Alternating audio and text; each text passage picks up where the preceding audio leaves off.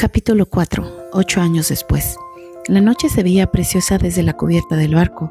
Una luna grande y redonda se reflejaba en el mar y Sergio no pudo evitar acordarse de cuánto le gustaba a Marta ver la luna reflejada en las aguas. Si estuviera a su lado, recostaría la cabeza en su hombro y juntos contemplarían la línea del horizonte, haciendo planes de futuro para los dos. A menudo se repetía que no se la merecía, su amor, su paciencia, el respeto que sentía por su profesión que le obligaba a pasar largos periodos embarcado y alejado de ella. El más duro había sido el de 12 meses necesario para la obtención del título de piloto de segunda de la Marina Mercante. 12 meses sin verla, ni a ella ni a su familia, había sido terrible para él, pero tenía que reconocer que también le había metido un gusanillo dentro que le hacía desear volver al mar después de un periodo en tierra no demasiado largo. Sabía que el día en que él y Marta formaran una familia, eso tendría que cambiar, que no podía criar unos hijos dedicándoles apenas unos meses al año. No era justo para ella hacerla cargar con toda la responsabilidad, pero eso no iba a suceder en un futuro cercano. Los dos tenían por delante una profesión que desarrollar y cambiar su situación de pareja no entraba en sus planes inmediatos. Sacó su móvil y contempló la última foto de su novia, la que le había hecho en el puerto el día que fue a despedirlo en este último viaje, que duraba ya casi 3 meses, rubia, con la melena al viento y la sonrisa cálida que siempre le dedicaba, radiante después del fin de semana que habían pasado juntos como despedida, haciendo el amor a todas horas como compensación del tiempo que estarían sin verse.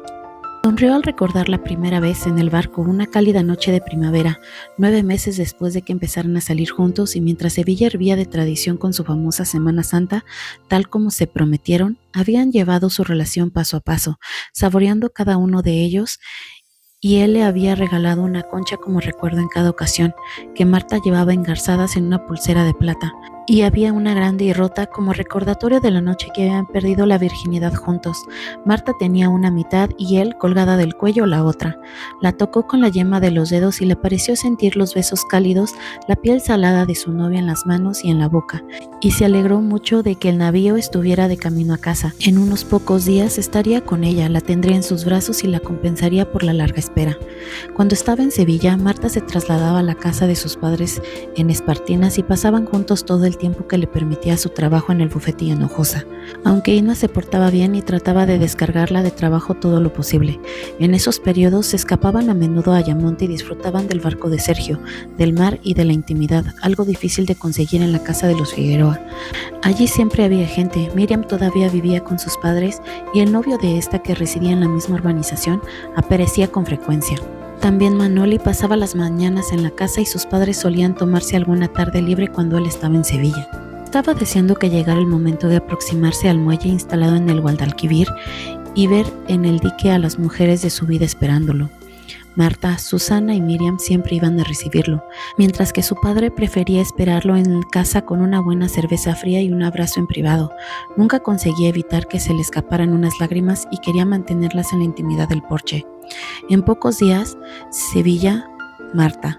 El barco se acercó a Sanlúcar de Barrameda y enfiló la desembarcadura del Guadalquivir.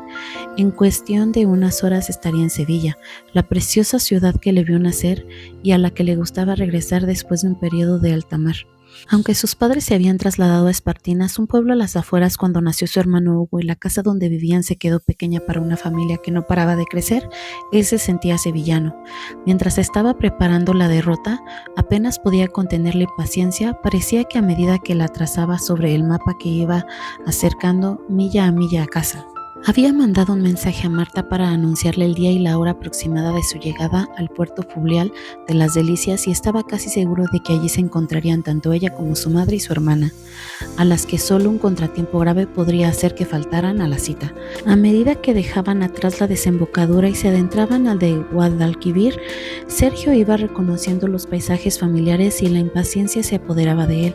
Impaciencia por abrazar a Marta y al resto de su familia, por saborear los guisos de Manoli, las barbacoas de su padre y disfrutar de todo aquello que echaba de menos cuando estaba lejos. El barco se aproximó al pantalán en un ángulo de 20 grados con el viento de proa, lo que facilitó la maniobra. Sergio, pendiente de la misma, apenas pudo echar un ligero vistazo a las 3 figuras que le esperaban en el muelle. Marta, a su vez, escudriñaba la cubierta tratando de distinguirle entre los otros marineros. Al fin se lanzaron las amarras y la pasarela cubrió el trayecto hasta la tierra firme. Sergio fue uno de los primeros en cruzarla, con el petate al hombro y vistiendo el uniforme azul marino, de chaqueta cruzada y perfectamente abotonada tal y como exigía el reglamento, y la gorra de plato blanca cubriéndole la cabeza. Marta le identificó al instante y corrió hacia él sin que nadie pudiera retenerla. Siempre se decía a sí misma que guardaría las formas y le cedería a Susana el primer abrazo, pero nunca lo conseguía. Cuando llegó hasta él, Sergio dejó caer el petate al suelo y alzando los brazos estrechó a su novia con fuerza entre ellos, con la pasión y el amor acumulados durante los meses de ausencia. La levantó en vilo y le cubrió la cara de besos. Ella, colgada de su cuello, reía feliz. Luego, la dejó en el suelo y quitándose la gorra, se la colocó a ella, diciéndole mientras la contemplaba, la marinera más bonita del mundo. Apenas Marta se apartó de él, Susana y Miriam se le acercaron. Sergio abrió los brazos y las estrechó a su vez. «Qué guapísimo estás con ese traje azul, hermano. Si yo fuera Marta estaría siempre muerta de celos», comentó Miriam al separarse. Él rodeó los hombros de su novia con un abrazo.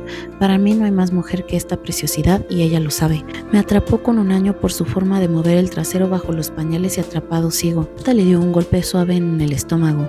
«Yo no tengo pañales, pero sigues moviendo el trasero de la misma forma tentadora. Serás tonto. Vamos a casa, ya me muero por tomarme una cervecita que me tendrá papá preparada cuando llegue. Y Manoli te está preparando un puchero para compensarte del rancho del barco. Por Dios, que se me van a quitar las ganas de volver al mar». Las tres mujeres se miraron escépticas. «Eso no pasará. En unas semanas estarás muriéndote por volver a embarcar». Sergio pensó que tenía razón.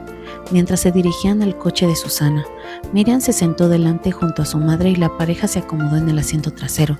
Sergio rodeó los hombros de Marta con un abrazo y le agarró la mano con la que le quedaba libre, mientras Miriam hablaba por los codos contando lo acontecido de la familia durante la ausencia de su hermano. Y Marta se lo dijeron todo con la mirada. Cuánto se querían, cuánto se habían extrañado y las ganas que ambos tenían de quedarse a solas.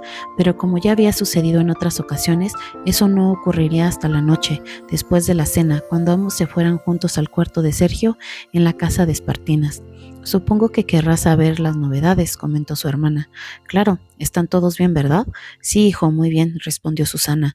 «Todos tenemos una buena salud y el bufete va de maravilla». «Me alegro». «¿Y Javi, cómo está?»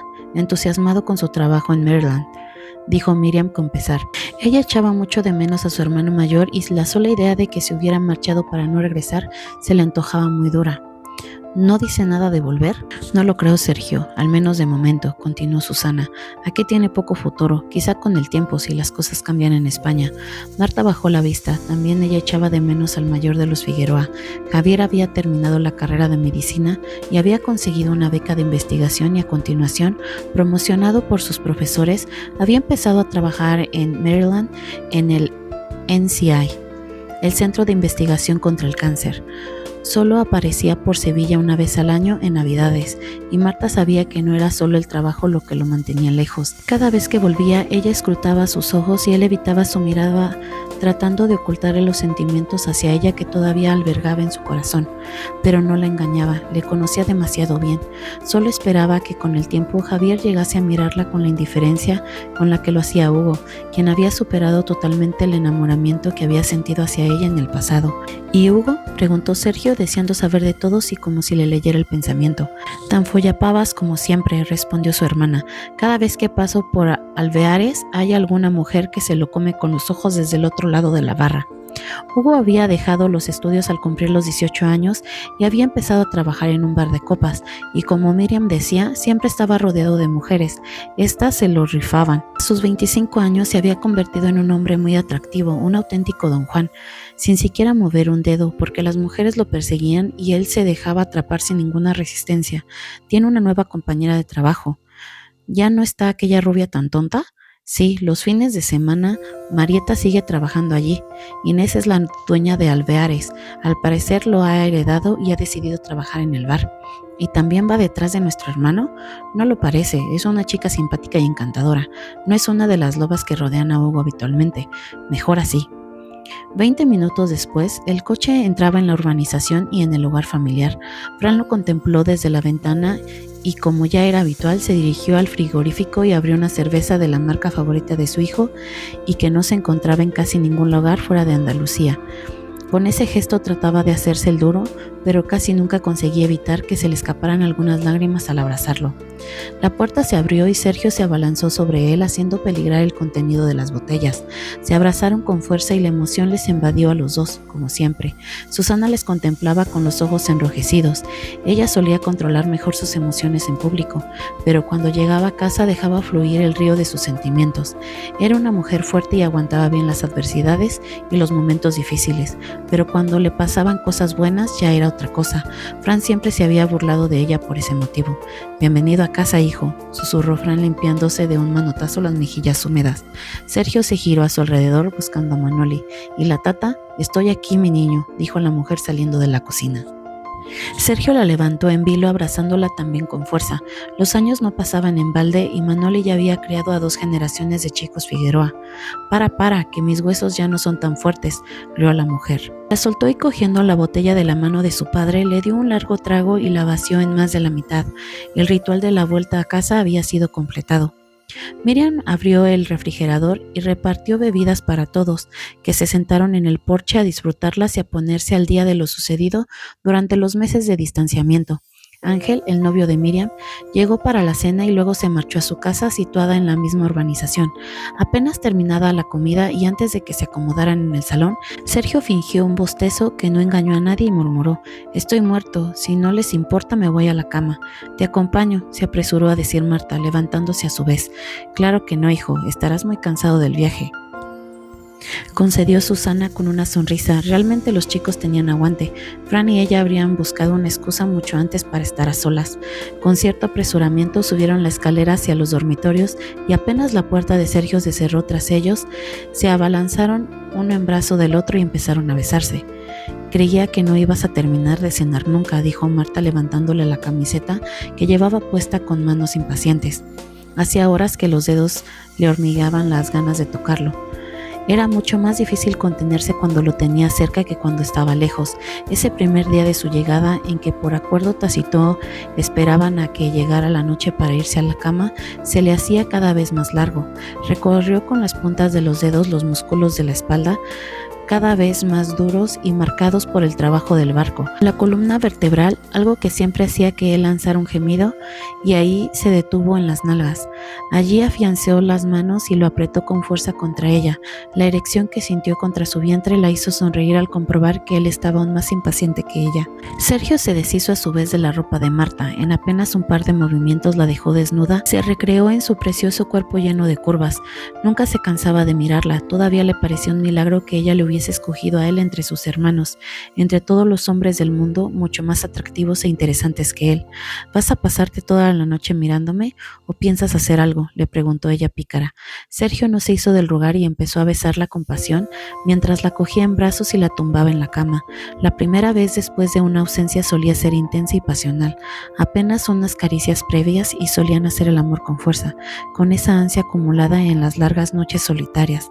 Acababan enseguida, con la pasión consumida rápidamente en pocos minutos. Las largas caricias llegaban luego, con el fuego aplacado, con el deseo saciado.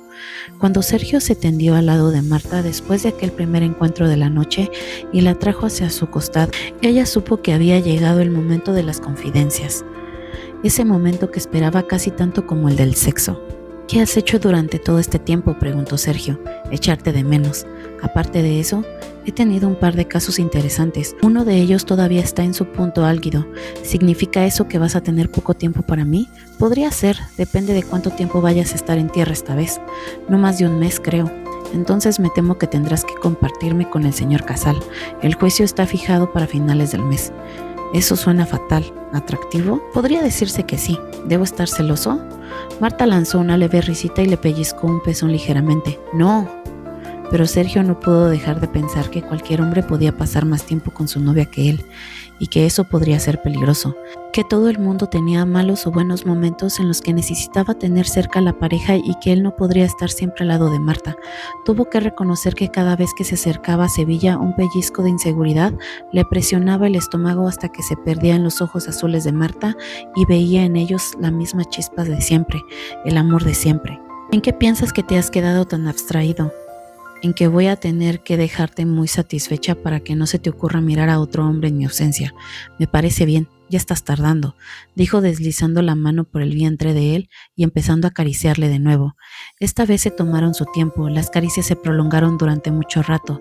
Las manos ligeramente callosas de Sergio recorrieron todos los recovecos del cuerpo de Marta hasta que ésta, impaciente por naturaleza, se colocó encima y tomó el mando. Dejó caer sobre él y empezó a moverse a su ritmo, a veces despacio, a veces rápido, llevándole hasta el borde del orgasmo para detenerse después. Sergio contemplaba su silueta recortada en la semioscuridad del cuarto moviéndose sobre él, con la luna detrás, y quiso eternizar aquel momento en sus retinas para recordarlo cuando estuviera lejos.